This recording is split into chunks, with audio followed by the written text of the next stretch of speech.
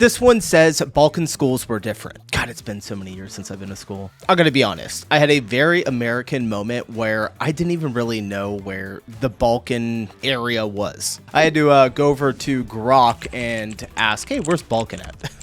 It's like, I think you're referring to the Balkan Peninsula. All right, anyway, this came in as a recommendation. Balkan schools were built. It doesn't say were built. Balkan schools were different. This looks fun, interesting. Hit the like button. Let's hop into it. School. Jesus.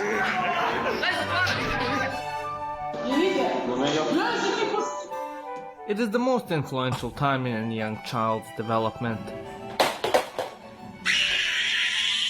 From learning valuable knowledge about the mitochondria being the powerhouse of the cell that they will never again call upon in their adult days of working a 9-to-5 in an office, to learning valuable social skills of not coming dressed to school in your Naruto headband, which can be applied at the office. School is an indispensable period of growth in every person's life, but at the end of the day, this is the Balkans.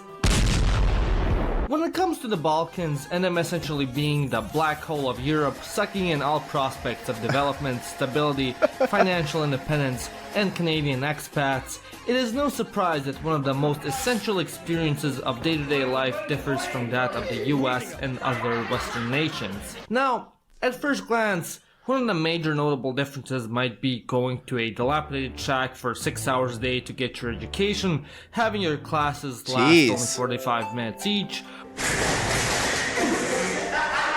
or not having a madman play Call of Duty in the hallways every other month.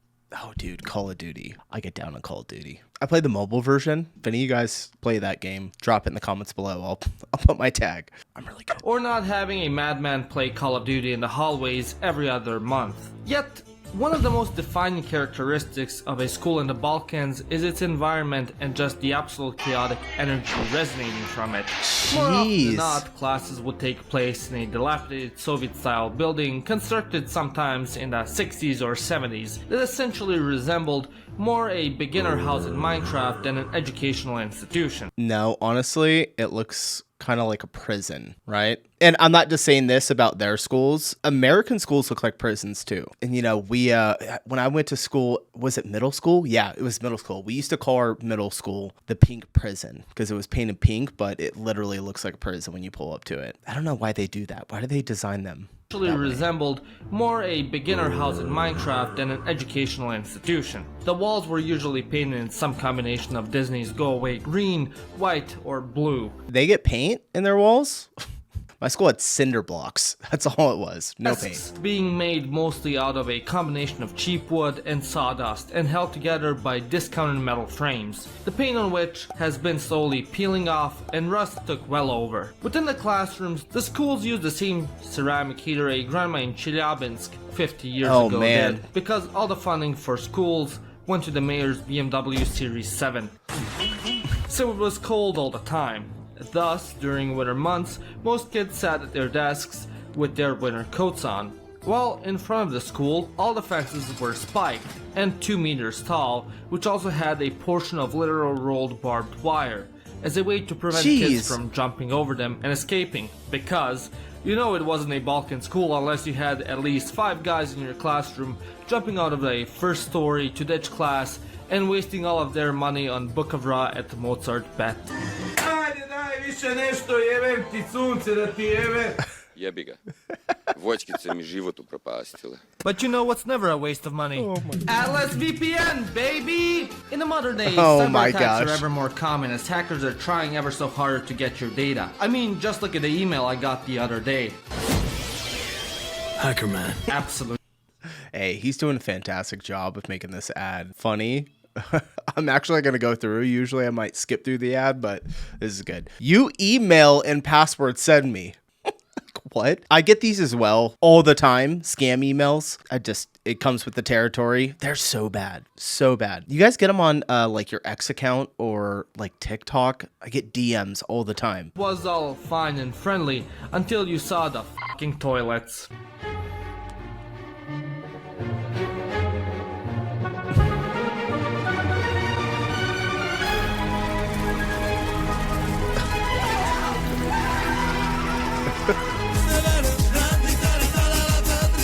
What is happening right now?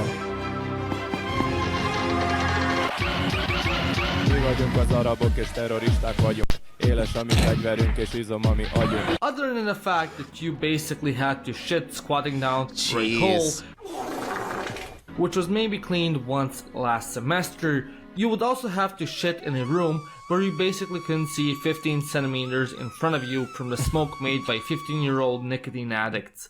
Now, I'm quite aware that in the West you also have Dylans and Kyles smoking up the bathroom by inhaling a cocktail of questionable chemicals conjured in China to taste like strawberries and mint, but no. This is the Balkans.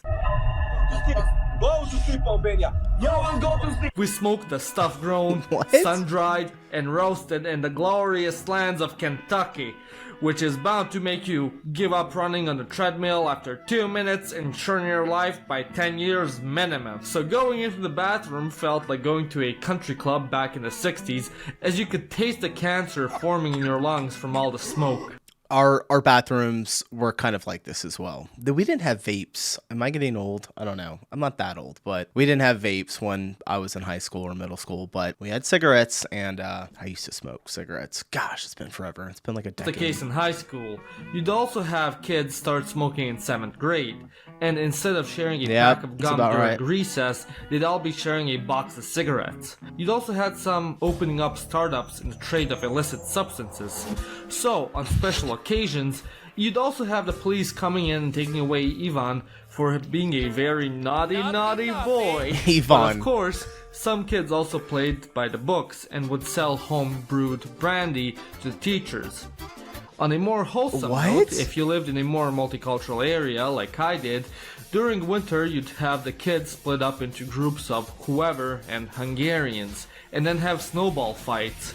So, you know, that was always pretty fun and helpful in the preparation for that Third Yugoslav War. None of that compared to what was going on inside the buildings on a daily occasion.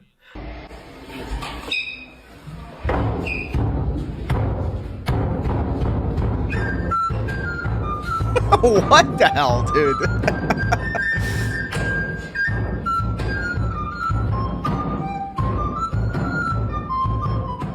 The classrooms before the teachers would come looks wild. After they would leave were just utter chaos and a free-for-all. A popular way to kill time waiting for the lesson to start was using chairs as darts and the wall as a dartboard. No way.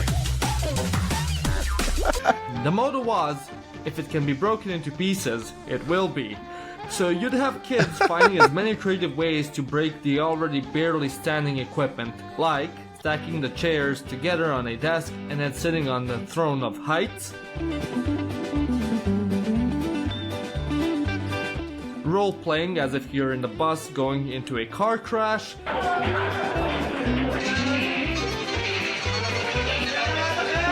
come in one by one into the classroom while opening and slamming the door after yourself. Never done anything like this. The teacher is always in there. You'll just get sent to the principal's office in America.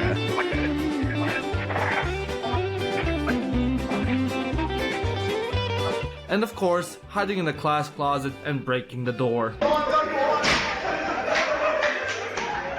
Oh, what the hell? You also had occasionally that one kid giving birth to a backpack as the others around him help him deliver, and as the schools had life, they also had death.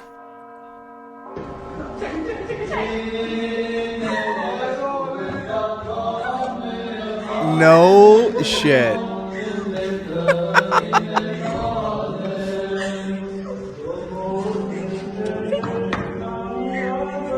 I'm not gonna lie, it looks like a lot of fun going to school here.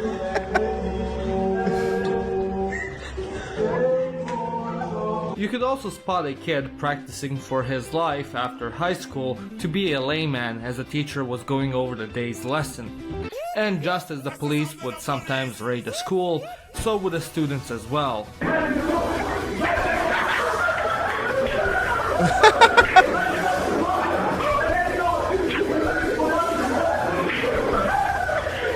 That teacher wasn't having any of it. He was like, get out. put snow in the electric sockets and made the whole school go into a blackout. It was a show. Of course, I'm guessing many of you are wondering by now, what about the teachers? Didn't they have anything to say about this? Well, Yeah. to put it lightly, they didn't give a 90% of them were Really? working for 500 euros a month, or whatever the country they were in could get away with paying them that was slightly above minimum wage. You'd have 63-year-old teachers coming to work on a bike and sandals wearing a babe cap, or with a bottle of rakia that they bought from the previously mentioned student. Often than not, they just wouldn't do anything my because gosh. they're not being paid enough for this shit. But on the off occasion that they cared about their job even slightly, you'd either have them A, Did he just write 3 towers? 9/11. up even slightly, you'd either That's cool. Shut up if you don't want 3 towers. 9/1. have them A, publicly breaking out in tears. Now, usually they were rookies that just finished teaching school, or B, they'd beat up a student.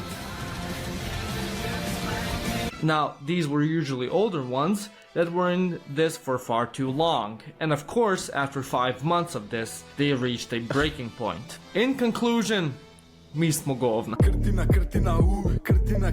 What is Anyways, happening right I hope now? you enjoyed. All right, that was a culture shock. This is wild. It seems so crazy. All right, Balkan schools were different, very different, much different than my childhood. If you guys have any other more recommendations, drop them down in the comments below, and I'll see you in the next video. Peace.